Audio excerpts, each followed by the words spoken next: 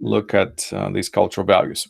So we're in chapter 6, and we are looking at cultural values, roadmaps of behavior. That's our chapter, and I wanted to direct you to page 214, where the section begins about Cluckhorn and Strawbeck's value orientations. Okay, it's kind of an interesting approach. Again, anthropologists look at human culture, and they're trying to figure out, what is the best way to describe these things? What is the best way to explain why people do what they do? Okay, and so this is something that Cluckhorn and Strawbeck found, is that basically every culture answered the same questions, but how they answer these questions is different. Okay, so what are the questions every culture seeks answers to? And that's basically what makes cultures different, essentially, is what is the character of human nature? Okay, human nature, what is its orientation? Is it good? Is it evil? What is the relation of humankind to nature? How do we interact with the world around us? Nature, what do we do with it? What is the orientation towards time? How do we treat time? What is the value placed on activity? And what is the relationship of people to each other? So what they see is those areas of how people answer those questions, essentially, is how their culture will go. And that will literally, make the biggest differences and biggest changes in how people's lives are oriented. So, and you could do this with yourself, just a little poll, human nature, what does your culture believe about human nature? Just for fun, does your culture believe that human nature is good or human nature is bad? Are humans primarily evil when they are coming into this world, let's put it this way, or are they primarily good? And if they're evil, obviously maybe they can become better, and if they're good, then maybe they can stay good or turn evil. But where does it begin is the question. Do you come into this life, you're a little baby, what are you? Are you basically good or basically bad? What does your culture think?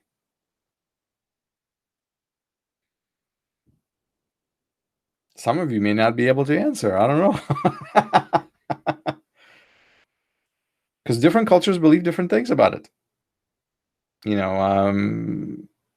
What does your culture teach you? Are humans basically good or basically evil? Where do you begin? I think it's evil. Okay. From a taste perspective, this is evil. They come in bad. So, so here's something for you, and this is just for fun. I'm playing around with you because I want you to answer my question, basically, and it is this: do you have to teach your children how to be bad? No. Do you have to teach them how to be good? All the time. So that may answer your question of how you perceive human nature. Because if you don't have to teach your children how to be bad, they're bad automatically, then you would tend to think that human beings are not born wonderful, that we are bad and we have to learn how to be good. So some cultures, go that way. Other cultures say no. Other cultures say we're neutral. So it's a matter of choice. So, but I want you to be able to answer a question that question about your own culture. What do people in my society? What was I taught in my family? What majority of the people that I know that I grew up around, do they think that human beings are bad or good? What kind of a orientation to have, and then what is your orientation towards nature? We already talked about that. Are humans supposed to subdue nature? Are we supposed to live in harmony with nature, or is the nature in charge of us? Are we a part of it? Are we a subset of nature? Like, to what degree do we interact with nature, basically, or how we interact with nature? How do we treat it? That's all going to be, different from culture to culture. Different cultures will fall on different sides. And the same thing about time. Okay, what value does your culture place on time? Is your culture past oriented? Does your culture look to the past? How heavily does it look to the traditions of the past? Does your culture teach that you must know what your past is, and it is your past that determines your future? Things have always been this way, and that's how they're going to continue to be, because this is how your past has been for all this time, and so don't fight it, just go along with it. Or does your culture have a future orientation, where just because things were this way before doesn't mean I can't change everything, and moving forward everything's going to be different? That's a future orientation. Or maybe you have a present orientation, where you say, I really don't care what happened in the past. What's past is gone, and I don't know what's going to happen in the future, because I'm not in control of most things. Well, the only thing I can control is what I have right now, and I'm going to live it up right now. I'm going to party. I'm going to have a great time right now, because I don't know what happens tomorrow. I don't know if I'll live to see tomorrow. Or, and I'm certainly don't care about what happened in the past, because it's all about now. It's about living in the moment. I don't know. Different cultures, again, are going to have these orientations towards, time. And the other one is activity orientation. That one is a little bit harder to grasp. Some people believe in being. Okay, the two opposite sides is being is basically being passive. Being is your expression of just who you are, just living in the present. It's all about you are who you are, and you just continue on, and you don't give it much thought. It's about now. It's about enjoying life today. Another orientation is about doing. It's what you have today does not have to determine the future. So let's get busy and do something and change your life and change your existence, and define yourself through getting more done today than you did yesterday. And then, of course, in the middle is the being becoming orientation, where basically you are the way you are, but you're going to take certain steps to improve yourself to be something more. So you are constantly self perfecting, essentially. But you are not defined through your action. You're not defined through your work. You are defined through just who you are. And so that's a little harder to grasp. But the activity orientation is another one that I wanted to highlight for you. Then in the next section is Edward T. Hall's low context, high context orientation. And I think that's a good one to know. Just a quick overview on that one before we wrap up. I wanted you to understand how, according to an anthropologist, Edward T. Hall, he developed this theory that some cultures are what he called high context cultures, and some cultures are low context cultures. And what he meant by that is that in a high context culture, you do not communicate through words, or you communicate through words less. Let's put it that way. You communicate through context. And what is a context? Context is everything. Context is how you look. Context is how you behave. Context is how you motion your body. It's the expressions on your face. It's everything. It's your status. Context is everything, basically. And you communicate more through context than through words.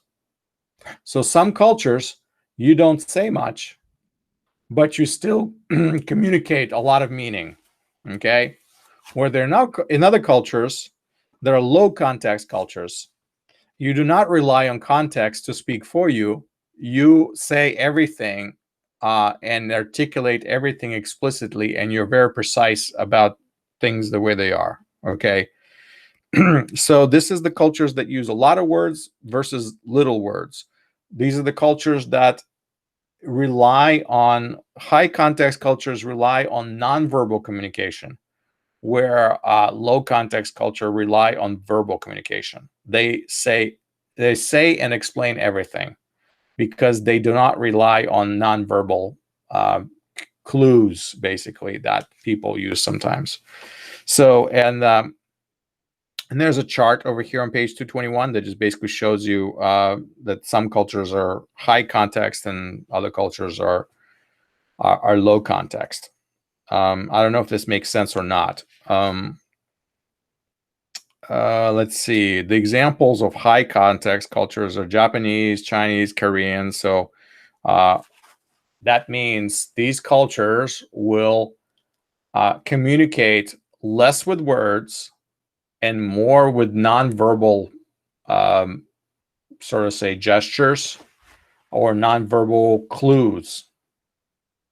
So that will give you an idea that it's not always, I don't have to say things. We don't have to say things to each other in those cultures in order for us to understand each other. Where if you look at the other side, like the Scandinavian, German, Swiss, or North American cultures are very low context. That means everything has to be spelled out. Everything has to be said. We discuss every little detail of something. So if you ask me a question and I just nod, that's not good enough. Or how about I don't even nod? I just make a big sigh. Imagine this. You walk into a room and I'm sitting there and you come and you ask me a question. And I don't say yes. I don't say no. I don't say maybe. I don't say I don't know. In fact, I don't say a word. I just look at you and make a big sigh. Like, huh. You have your answer, right? See, so I see Hyun Rung is laughing because she knows exactly what I'm talking about. You already received an answer from me without me actually saying anything. I didn't verbalize it. In fact, I just breathed. That's all. And in some situations, I didn't even have to breathe, but in a way, without giving you an answer, I gave you an answer. And you are supposed to read between the lines what my answer is. And if we are very much alike, you will understand what my answer is. This really works in cultures that are very cohesive, where people are more alike than different. Okay? So this way of context, based communication, where the context speaks more than my words, that will work. Just imagine that. Where in a low context communication, you come to my room and you ask me a question and I answer my question. In fact, I take about 15 minutes to give you an answer because I want you to understand exactly what I meant, how I meant it, what I wanted you to do, and what needs to be done about it. And you say to me, I just wanted a simple yes or no. You see, that's the difference. High context, low context. High context, you allow the environment, the setting, the situation, all the things that are out there to speak for themselves. And you're letting the person interpret that environment and figure out what it is that I'm saying. And in the low context, you do not rely on anything like that at all. You spell it out, you clearly articulate exactly what it is. And this is one of the big, huge differences actually between East and West, how Easterners and how Westerners communicate. Easterners are very comfortable communicating with each other in a nonverbal way. and allowing the context to speak, where Westerners tend to be very uncomfortable with that, where they need words, they need clear directions, very specific explanations. Everything has to be spelled out. Otherwise, I'm not quite sure how to understand you, basically. Okay, so hopefully you see that this is a big difference between the high context and low context culture. So that's about I think as far as I was going to go with you guys. Yeah, does that make sense? Does it make sense? The reason why high context cultures work is because people in their society they're more alike. That the diversity is less. We understand each other because we're the same. We have the same values. We have the same beliefs. We have the same manners. We have the same customs. And I don't need to explain everything to you because you get it. But in societies that are very diverse, that will not work, because you cannot assume that I hold the same values or beliefs or ideals, or likes or dislikes. So there's a lot more margin for error, essentially. It's very easy to make an erroneous judgment, but in high context cultures, it's easier. So you will see that that people will use less words and more gestures, and they let the silence speak, essentially. So that's, instead of saying no, people will just be silent, right? You come and you say, and you ask me for something, and instead of saying no, I'm just silent. I could have said no, but instead I'm just going to be silent. And you understand that that's a no, but I'm not saying no. I don't want that discomfort of saying no, because saying no is impolite. Saying no is inappropriate. So I'm just going to pretend as if I didn't hear your question, essentially. But you know that I heard it, and you know that the answer is negative. And that's it. So anyway, so East and West, you're going to see a big difference. Western societies tend to rely on words very, very heavily. And Eastern societies rely on context to communicate. And indirect communication is normal to an Eastern society, where to the Western, a direct communication is preferred. All right, so that's what makes us so different. That's what makes our culture so different. When you learn these things, then you will not be bothered by other people from other cultures not communicating the way you are communicating. You would consider them weird because that's not how you live your life, but at least you will say, all right, I get it. They're not like me, they're different. And because they have these values, this is why they're behaving the way they're behaving. And I shouldn't take offense at it. I try to understand it, and that's the whole point. That's the whole value of studying other people's cultures and understanding cultural patterns that exist in different people groups and societies, so that we can be more intuitive in understanding each other, and have less misunderstandings when we communicate. All right, so there we are. That's pretty much what I wanted to share with you guys from this chapter. That was the biggest thing that I wanted to kind of tie together.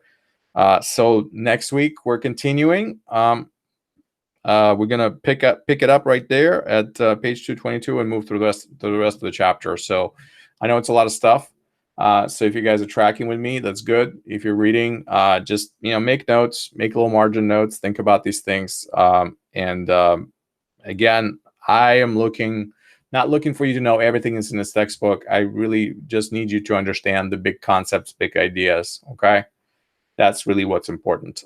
Definitions are important. Why? Because if you don't understand a definition, you will not be able to understand the concept. So that's why I try to go over these things with you and give you examples and try to explain as we move through these chapters. All right, so that pretty much concludes us. I will see you guys next week, and we will continue on from that point on. And I will try to have the quiz ready for you so you guys can, you know, take it at any point during the next week. So kind of give you the flexibility. Okay. All right. Be well. Take care. God bless. Stay healthy. Stay strong. Thanks. Have a nice day. Thank you. Have a good afternoon.